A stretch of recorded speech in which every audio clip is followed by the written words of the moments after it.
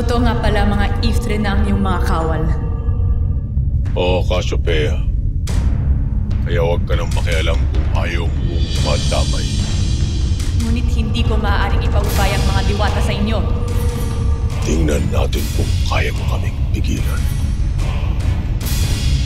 Walang susugod na Hathor. Ikaw, kayong dalawa. Kayo, ipamalas ang inyong itim na kapangyarihan sa mata ng mga diwata. At Aide,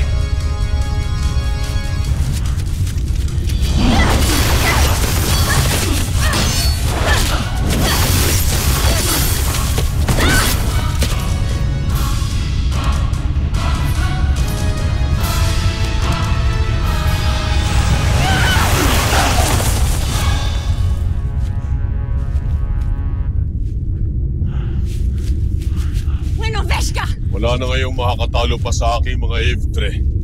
Kahit napakamakapangyarihan pa ng mga diwata. Mga kawal, ngayon ay tatawagin ko kayong Hadezar. Tapusin na ang laban na ito. Ibigay kay Cassiopeia ang kanyang kaparusahan.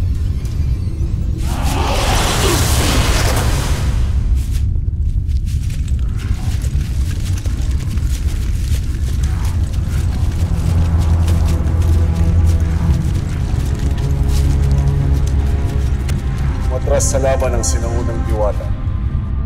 kung umurong ang ninuno, paano pa ang mga sangre na mas bata sa kanya? Tiyak na masisinak sila. Tayo na. Mga Hathor, Hadezar, tayo na papuntang Lireo.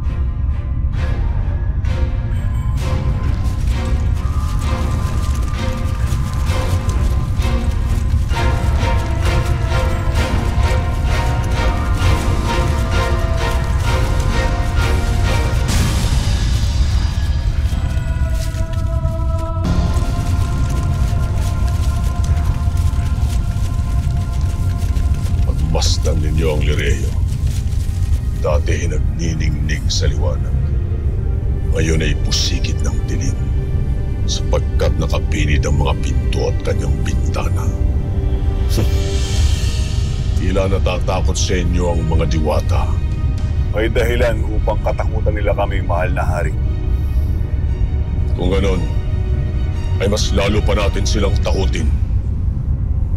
Mga Hadezar, sa unang hanay, kayo ang unang lumusob. Ipakita ninyo sa kanila kung ano ang digmaang kanilang haharapin. At tayo de Hadezar, maghasik ng lagim sa Lireo.